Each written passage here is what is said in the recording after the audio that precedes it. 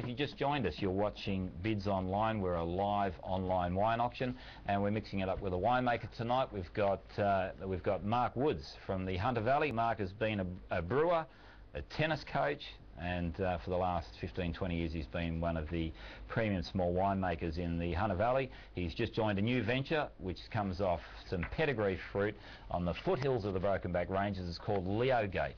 Yes. Mark, so why is it that this vineyard is in such demand? We understand you get low yields off there and why you're going down that road, but compared to say other areas of the Hunter, what is it that makes this such a special vineyard? Well, I think you could sum it up in a nutshell saying that it's a very consistent performer of producing premium quality fruit, and year in, year out, whether you have a dry season or a wet season, generally speaking the Broken Back vineyard will deliver a good style of wine that sells well and has lovely fruit characteristics on the palate.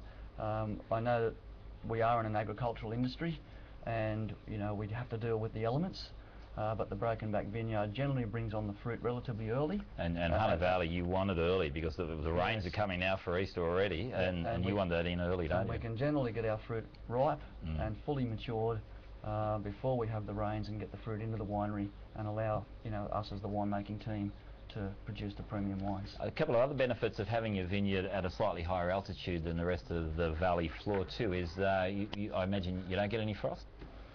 Well, I haven't seen any. Yep. I can probably do a little more research on the frost. But it's not a major concern at that altitude then for you? Well, it's not. As far as say down below there further.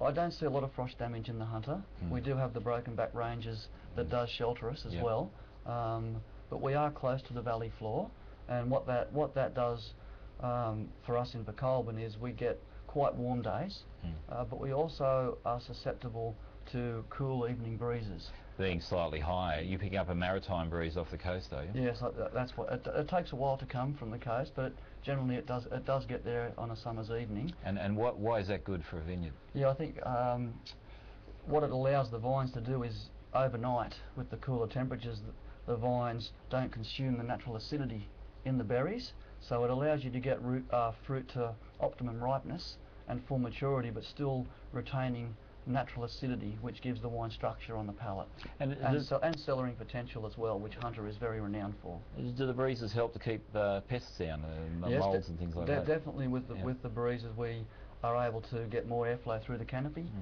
which helps keep pests and diseases which at means bay. less pesticide going out there on the vineyards, which is always a good thing. Yes. All right. So terroir, which is what we always talk about as in the wine industry, it's the ideal terroir that Bill and Vicky Whitten have gone looking for.